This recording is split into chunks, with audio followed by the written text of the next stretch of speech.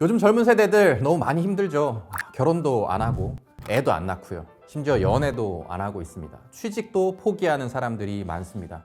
아무 이유 없이 쉰다고 대답한 청년들이 세상 최고치를 기록하고 있는데, 돈이 철학이고 돈이 종교인 요즘 시대에 이 저성장 국면이 지속되면서 이러한 현상들이 생기고 있다고 봅니다. 물론 이런 어려움들을 해결하기 위해서는 우리 개인이 뭔가를 하는 것보다 이런 사회적인 시스템, 여러 제도들, 많은 것들이 해결돼야겠습니다만, 일단 우리 개인들은 지금 이런 어려운 상황에 처해 있고 그런 것들을 극복하기 위한 무언가는 필요한 시점입니다. 요즘을 철학 부재 시대, 가치 부재 시대라고도 부르는데, 이런 어려운 상황에 처해 있는 우리들에게 철학에서 어떠한 해답을 줄 수 있지 않을까라는 생각에 유튜브 충코의 철학을 운영하시고 가장 젊은 날의 철학의 저자이신 이충영님을 모시고 한번 인터뷰를 진행해 보도록 하겠습니다. 이유 없이 쉬는 그런 청년들도 굉장히 많고 다들 힘들어하고 있는데, 모든 걸 포기하고 살아가는 사람들이 늘어나고 있는 이유가 뭐라고 생각하세요? 저는 이유 없이 쉰다라는 표현 자체를 뒤집어 봐야 되는 것 같아요. 왜 이래야 되지? 그러면은 이유 없이 쉬면 안 되는 건가? 이유가 있으셔야 되는 건가? 이 말씀을 드리는 이유는, 인간은 사실은 이유를 필요로 하는 존재인데 일할 이유가 없어졌을 뿐인 거죠. 이유 없이 쉰다라는 게 경제적으로는 물론 엄청나게 문제지만, 근데 그게 무슨 특수한 현상이 아니라 만약에 일할 이유가 사라진다면 너무나 자연스럽게 생겨날 수 있는 현상이라고 저는 봐가지고, 에리 프롬이라는 철학자는 인간이랑 동물의 차이점은, 동물들은 자극과 반응 사이에 연결관계가 선형적인데 어떤 자극이 들어온다 그러면 당연히 특정한 반응을 하는 그런 존재이지만, 그러니까 인간의 단계로 나아가면서 뇌가 많이 발전을 했다는 거는 그만큼 그 사이에 복잡한 변수들이 많이 생겼다는 겁니다. 특정한 자극이 들어왔는데 바로 어떤 반응으로 이어지는 게 아니라 거기에 대해서 고찰을 할 수가 있게 된 거죠. 그 고찰을 하면서 의문을 품을 수가 있게 됐고, 그랬을 때 내가 지금 행동해야 할 이유가 있을까? 만약에 이유가 없다라고 한다면은 행동하지 않을 변수도 생긴 거죠.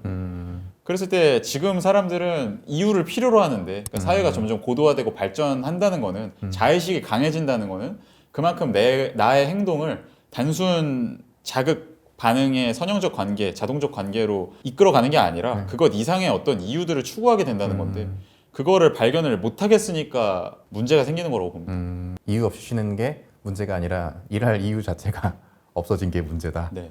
인류는 계속 진보하고 있고 매 세대마다 젊은 세대들의 문제점은 항상 지적해 왔는데, 요즘 젊은 세대들이 특히나 왜 이런 문제를 겪고 있고 어려움을 겪고 있는지에 대해서도 한번 여쭤봤습니다. 이유는 굉장히 다양하겠지만, 그러니까 대표적으로는 전통적인 가치관이 무너졌다는 거. 당연하게 애 낳고 그냥 잘 살고 그러는 게 누구나 보편타당하게 추구해야 될 삶의 형태다라는 게 무너졌고, 그거에 대해서 의심할 수 있을 정도로 인간의 자의식이 많이 발달을 한 상태인데 거기에 어떤 대안이 없다는 거. 그 대안을 누군가는 계속해서 지속적으로 탐색을 해왔어야 되는데, 이런 문제, 이런 현상들은 전 세계적으로 우리나라에만 있는 문제일까요? 청년들이 겪는 불안의 현상, 어떤 그런 거는 한국만의 문제는 아니라고 생각해요. 세계적으로 많은 나라들이 공통으로 겪는 현상인데, 그럼에도 불구하고 한국이 유독 되게 심하게 나타나는 이유는 분명히 있다고 생각해요. 그 대안에 대해서 탐색을 안 했다는 거. 그러니까 예를 들어서 개인주의라는 게 먼저 생겨나고 이런 전통적인 가치관이 먼저 해체된 거는 서구 사회였잖아요. 네. 선진국에서 그런 것들이 해체되는 과정에 있어서는 그 개인주의 철학이라는 거, 그러니까 한 명 한 명의 영혼이라는 게 분명히 소중하고, 그것을 바탕으로 우리가 평등한 사회를 구축해 나가야 된다라는 그런 과정의 일부로서 개인주의라는 게 부상하고 가족주의가 해체됐던 건데, 한국 사회에서는 현대화가 진행되는 과정에서 가족주의는 당연히 전통적인 거니까 해체가 되는데, 근데 그 대안은 뭘까? 이거에 대해서 생각을 안 했다라는 게 한 가지 문제고, 사회로부터 주어진 어떤 사상적인 대안이 없다면 그 대안을 스스로 찾아나갈 수 있어야 되는데, 그런 시간이 충분히 확보가 돼야 되는데, 그 시간을 갖지 못하도록 삶에 대한 고민을 계속 미루도록 만들어 왔던 것 같아요. 중학교 다닐 때는 고등학교 가야지, 고등학교 다닐 때는 대학 가야지, 대학 가면 또 취업해야지. 근데 취업했더니 또 그게 끝은 아니잖아요. 계속해서 삶이라는 게 문제가 있고, 그때 미루지 않고 사고를 할 수 있어야 되는데, 언젠가는 해결이 될 것처럼 막연하게 사회가 사기를 쳐왔다. 그런 것 같아요. 기성세대가 어떤 면에서는 사기를 쳐왔다. 근데 기성세대도 일부러 사기를 친 건 아닌데 그냥 잘 몰랐던 거죠. 그렇게 될 거라고 생각했는데, 기성세대는 여전히 전통적 가치관이 있었으니까 그렇게 살 줄 알았는데 그게 아니었다라는 게 큰 문제인 것 같아요. 서구 사회는 이렇게 가치관이 붕괴되는 과정에서 뭐 100년, 200년의 긴 시간을 갖고 지금의 상황이 됐다면 우리나라는 불과 이제 몇십 년 사이에 급격하게 변화하면서 그 가치에 대해서 고민할 여유조차 없이 살아왔기 때문이라고 보면 되는 건가요? 네네, 뭐 서구 사회라고 해서 문제가 없는 게 아니지만 그냥 상대적으로 봤을 때 강도의 차원에서는 조금 완충의 효과는 있었던 것 같다. 그런 겁니다. 이런 삶의 어려움과 고민들이 많을 때 우리가 흔히들 찾아보는 것이 철학이죠. 그런데 또 철학이라고 하면 너무 뜬구름 잡는 얘기, 내 삶이랑은 동떨어진 이상적인 삶의 얘기를 하는 것 같기도 하고, 먹고 살기 바빠 죽겠는데 철학을 본다고 하면 뭔가 이제 배부른 소리 같기도 하고, 이런 현실적인 어려움에 대해서 이 철학이 어떤 도움을 줄 수 있을 것인가에 대해서 한번 질문을 드려봤습니다. 철학의 대부분은 뜬구름 잡는 소리가 맞다고 생각해요. 우리의 일상에 별로 하등 쓸모없는 것들이고, 근데 그 와중에 그 통찰 자체는 분명히 유의미한 것이긴 하다고 보거든요. 그러니까 역사에 이름을 남길 정도로 어떤 좋은 철학적인 사고를 한다는 거는 정말로 많은 사람들이 쉽게 생각할 수 없는 많은 전제들을 뒤엎는 생각을 한다는 건데, 근데 그거를 우리의 일상의 쓸모로 연결시키는 거는 또 다른 문제라고 생각해요. 우리가 되게 좋은 과학 이론이 있다고 해서 그게 바로 기술로 연결되진 않잖아요. 그건 별개의 일이잖아요. 그래서 공학이 존재를 하는 거고. 마찬가지인 것 같아요. 철학 자체는 하나의 그냥 풀로서 있는 거고, 우리가 이용할 수 있는 툴인 거고, 그거를 어떻게 메시지를 꺼내서 내 삶에 적용을 시켜볼 거냐는 우리 스스로 해야 될 일인 것 같습니다. 저는 그 일을 하는 거에 좀 관심이 많이 있는 편이고요. 네. 이번에 쓰신 책을 보니까 실존주의가 많이 도움이 된다라는 얘기가 있던데, 실존주의가 이런 생각을 할 수 있는데 어떤 도움을 줄 수 있을까요? 실존주의는 철학사에서 되게 드물게 나라는 순전한 주관성에 가장 주목을 하는 철학적인 사조입니다. 철학은 전통적으로 그러니까 서양 철학 기준으로 생각을 해보면 되게 객관성을 중시했거든요. 고대 때는 그랬습니다. 나라는 게 그렇게 중요한 주제가 아니었어요, 사실.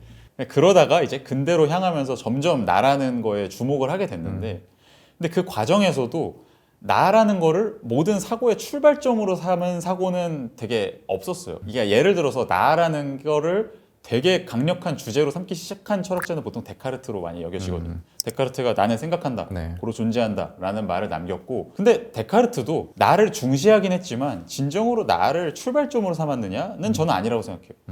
데카르트는 확실성을 출발점으로 삼았거든요. 확실한 진리를 얻고 싶어 했어요. 네, 다른 모든 것들을 다 의심할 수 있는 것 같아도 결국에 그 의심을 하고 있는 나라는 거는 의심을 할 수는 없구나. 그래서 내가 있네 라는 거를 마주하게 된 것일 뿐이지 발견하게 된 거예요. 나로부터 출발한 게 아니라 확실성이라는 거를 확실한 목표로 이게 말장난인데 추구하다 보니까 나라는 거를 만나게 된 것일 뿐인 거고, 그래서 아이러니하게도 데카르트는 나는 생각한다, 고로 존재한다 이런 말을 하고 곧바로 결국에는 신존재를 증명해 버리거든요. 신이라는 게 있기 때문에 나도 있을 수 있는 거다. 그 과정은 논증이 있는데 결국엔 나 바깥에 다른 존재로 향하게 된다는 거죠. 그 확실성이라는 거를 보증해 줄 무언가 다른 존재가 있어야 된다라고 결국엔 생각이 들기 때문에.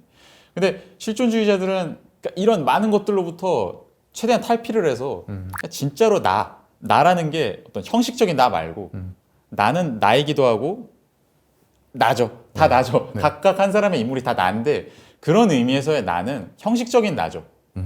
이거는 과학적 탐구의 대상이 될 수도 있고, 근대 철학자들도 주로 그런 나를 탐구하려고 했습니다. 근데 실존주의는 그 나 말고 나, 진짜로 이 진짜 나. 살아 숨쉬는 나로서의 이충령이라는 나, 그거로부터 출발해서 우리가 세상을 바라볼 수도 있지 않을까?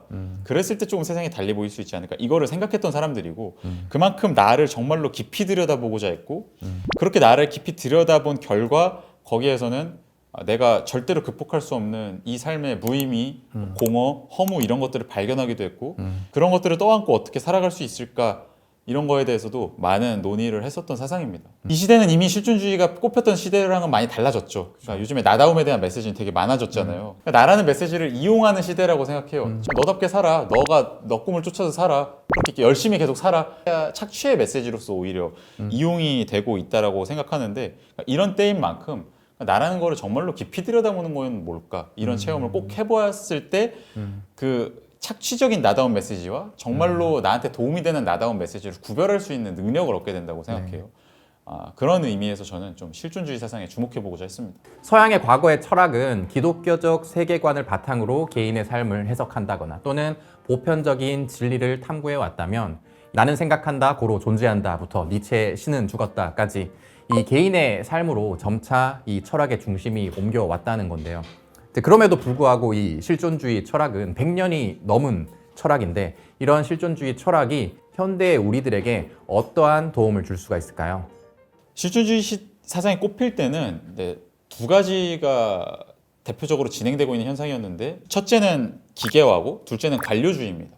기계적인 생산 공정들이 발전을 하면서 인간이란 무엇인가, 그러니까 인간의 노동이 대체되네 이런 의식들이 많이 일어나기 시작했고 그리고 거기에 덧붙여서 인간이 기계처럼 변하는 그냥 기계 부속품처럼 하나의 사회, 하나의 기업에 그냥 컨베이어 벨트의 하나의 역할을 담당하는 것으로 관료주의적으로 형식적으로 다뤄지는 시스템이 어마어마하게 발전하는 그러니까 우리가 지금 알고 있는 국가 시스템, 기업 시스템 이런 조직의 친밀성이 엄청나게 발전을 하는 시대였기 때문에 그 안에서 나라는 게 어떤 의미를 가질 수 있을까 이런 의식을 가졌었던 게 실존주의인데 지금은 저는 되게 많이 달라졌다고 생각하거든요. 예를 들면 뭐 글로벌화, 그다음에 정보통신 기술의 발달 이런 것들을 통해서 실시간으로 너무나 많은 것들이 쏟아져 들어오는 이 세상 쏟아져 들어오는 것들을 받아들이기만 해도 너무 바쁜 이 수동적으로 살아갈 수밖에 없도록 자꾸 내몰리는 이런 현실 이런 상황에서 과연 우리가 나로서 주체성을 살려가면서 살아간다는 거는 무엇일까 이런 고민을 또 하게 되는 거라고 생각해요.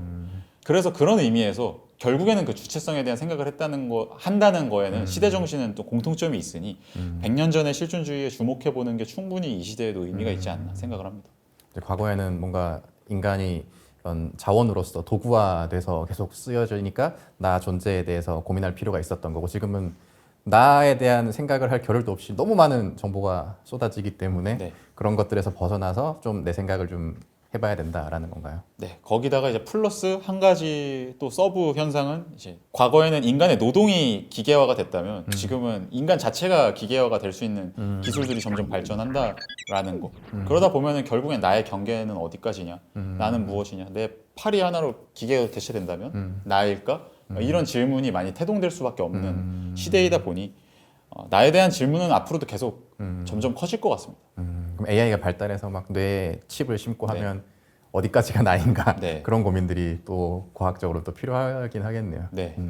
앞에서 말씀하신 인간이 뭐 도구화되고 컨베이어 벨트에 올라가는 그런 관료주의 사회 이런 말씀을 하셨는데 사실 그런 식으로 사회가 발전해온 데는 또 그 나름대로의 이유는 있을 거잖아요. 어떻게 보면 이 사회를 발전시키고 개인을 발전시키는데 큰 동력이 됐을 수 있고 그게 가장 효율적인 방식이기 때문에 또 그런 사회가 됐을 수 있는데 또 어떻게 보면 이게 또 실존주의나 지금 말씀하신 것처럼 내 주체를 세우고 내 생각을 해라라는 거는 그거랑 이제 반대되는 얘기일 수 있잖아요. 그렇다 보면 이 사회가 지금까지 뭔가 변화하고 발전하고 해왔던 것에 그런 동력을 잃어버릴 수 있지는 않을까요? 네, 저는 약간은 생각이 다른 게 이미 사회는 변하고 있다고 생각해요. 과거의 대량 생산 방식이 많이 변화를 해가지고 지금의 상태에 이르렀고 그 다음에 요즘에 어떤 개인성을 실현시켜야만 살아남을 수 있는 식으로 사회 경제적 구조가 많이 바뀐다라는 이야기가 나오잖아요. 과거에는 그냥 평균적인 일을 잘하면 살아갈 수 있었다면 지금은 평균적인 것만 해서는 금방 다른 기계적인 것으로 대체가 될 수 있으니 무언가 인간이 정말로 발휘할 수 있는 특수한 것을 해야만 하는 시대다라는 이야기들도 정말로 많이 등장하고 있는 이 상황에서 이런 사상에 한번 주목을 해보는 거는 그렇게 경제적인 타격을 줄 거라고 생각을 하진 않아요.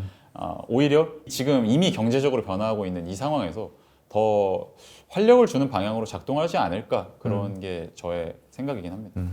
그럼 이제 실존주의 철학이 어려운 상황에 있는 젊은 세대들한테 많은 해답을 제시해 줄 수 있을 것 같긴 합니다만 또 막상 실존주의 철학을 공부해야겠다 하면 이제 힘들잖아요. 지금 그 어려움을 겪는 세대들에게 요거 정도는 한번 생각해 보셔라 라고 좀 제안해 주실 만한 철학이 있을까요? 뭔가 내가 이걸 체계적으로 공부한다라는 마인드보다는 그냥 이것 또한 하나의 사상일 뿐이었고 과거에 지나갔던 사상인데 지금 한 번쯤 참고해보면 좋을 만한 내 도구다라는 생각으로 임하셨으면 좋겠고요. 끌려다니지 않으셨으면 좋겠어요. 실존주의라는 게 저 위에 있고 난 저기 위로 올라가야 되라는 마인드가 아니라 내가 위에 있고 실존주의라는 내 밑에 있는 거를 그냥 끌어다가 나를 위해 사용할 뿐이야 라는 마인드로 삼으셨으면 좋겠고요. 실존주의 사상 안에서 제가 꼭 한 가지 말씀드리고 싶은 거는 그 파스칼의 사상인데요. 사실 파스칼은 실존주의가 정립되기 이전의 사람이에요. 그래서 전통적 실존주의라고 볼 수는 없으나 실존주의의 아버지와 비슷한 사람 중에 한 명으로 평가를 받는데요. 파스칼은 결국에 우리 안에서 무력감을 발견하게 될 수밖에 없다고 생각했어요. 내 안을 진짜 깊이 들여다봤을 때 뭘 발견할까? 되게 많은 가능성도 있는데 불가능성이 많다는 거예요. 근본적으로 우리가 넘어설 수 없는 조건들. 인간으로서 죽을 수밖에 없다는 거. 병에 걸릴 수밖에 없다는 거. 근데 파스칼은 거기서 그냥 좌절하지는 않았고요. 근본적으로 내가 한계지어져 있다라는 게 나를 넘어서는 더 완전한 것을 향해 나아갈 수 있는 가능성이라고 받아들였어요. 그러니까 만약에 우리가 정말로 완전한 무언가가 있다라고 생각을 해보면 거기 안에서는 어떤 결핍도 발견이 되지가 않겠죠. 아무 결핍도 없기 때문에 그 어떤 변화도 필요가 없고 그냥 모든 게 충족이 이미 되어 있는 상황일 겁니다. 거기에는 그 어떤 열망도 없을 것이고 그 어떤 앞으로 나아감을 위한 추동도 없을 것이고 모든 게 그대로 정지되어 있을 거라고 생각을 하면 이 가장 완벽한 것은 되게 쉽게 가장 무섭도록 지겨운 것으로 변모를 하게 된다고 저는 생각하거든요. 그러니까 나는 근본적으로 한계 있는 존재이나 더 나은 것을 상상할 수 있는 가능성이 있기 때문에 한계도 있는 거고 그래서 그것을 잘 담지한 상태에서 앞으로 한번 나아가 보자 이런 희망적인 메시지를 전달하는 게 또 파스칼의 사상이기도 하거든요. 그래서 이 이야기를 꼭 드리고 싶습니다. 지난번에 그 죽음에 대해서 얘기를 할 때 또 비슷한 얘기를 했던 것 같은데 그 영상도 한번 보시면 그게 도움이 될 것 같습니다. 조회수 올려주십시오. 좋은 말씀 많이 해주셨는데 되게 계속 듣고 보니까 그러니까 실존주의 철학자들의 어떤 하나의 사상보다는 아까 서두에 말씀하신 것처럼 그들이 생각하는 사고 방식 자체를 한번 가지고 와서 지금 내 삶에 대해서 좀 주체적으로 고민해 볼 필요가 있을 것 같네요. 네. 일단 제가 꼭 말씀드리고 싶은 게 저는 실존주의 철학을 공부한다는 마인드 자체를 안 가지셨으면 좋겠어요. 그냥 실존주의라는 건 되게 느슨하게 묶여있는 하나의 사상 집합일 뿐입니다. 가장 젊은 날의 철학이라는 책을 보시면 좋은 답들이 많이 있으니까 그것도 한번 챙겨보시면 좋을 것 같습니다. 아, 그렇게 말씀해 주셔서 감사합니다. 네. 자, 요즘 젊은 세대들은 그 어느 세대보다 역사적으로 개인성을 강조하고 자기의 개성을 중요시하는 세대라고 평가를 받습니다. 그런데 우리 사회의 모습을 보면 정말 획일화돼 있고 유행을 많이 쫓아가는 그런 모습들도 보이는데요. 우리가 목표하는 지점 역시 뭔가 틀에 박혀 있는 경우들이 많죠. 좋은 대학을 가야 된다, 취직을 해야 된다, 취직을 한 다음엔 뭘 해야 된다. 실제 존재하는지도 모르는 그런 평균적인 삶의 모습, 그런 허상을 쫓으며 살고 있을지도 모릅니다. 이런 실존주의 철학의 관점을 좀 받아들여서 실존하고 있는 존재하는 나 스스로에 대해서 한번 돌아볼 필요가 있지 않나 생각을 해봅니다. 어떤 목표를 달성하고 목적을 달성하고 어느 위치에 다다라야만 어떤 조건을 갖춰야만 내 삶이 가치 있고 의미 있고 성공하고 행복한 삶이라는 관점에서 조금 벗어나서 지금 눈앞에 주어진 내 삶, 여기 실제하는 내 삶을 내 관점으로 묵묵히 바라보면서 살아갈 필요가 있을 겁니다. 내가 지금 어떤 상황이건 우리가 어떤 조건을 갖추고 있든 변하지 않는 것은 우리가 여기 존재한다는 사실, 내가 여기 실제한다는 사실이고 거기서부터 출발을 한다면 우리의 삶은 사회적인 기준이나 어떤 성취나 성공 이런 것과 무관하게 모두가 가치 있다라는 생각을 한 번쯤은 해볼 필요가 있을 것 같습니다.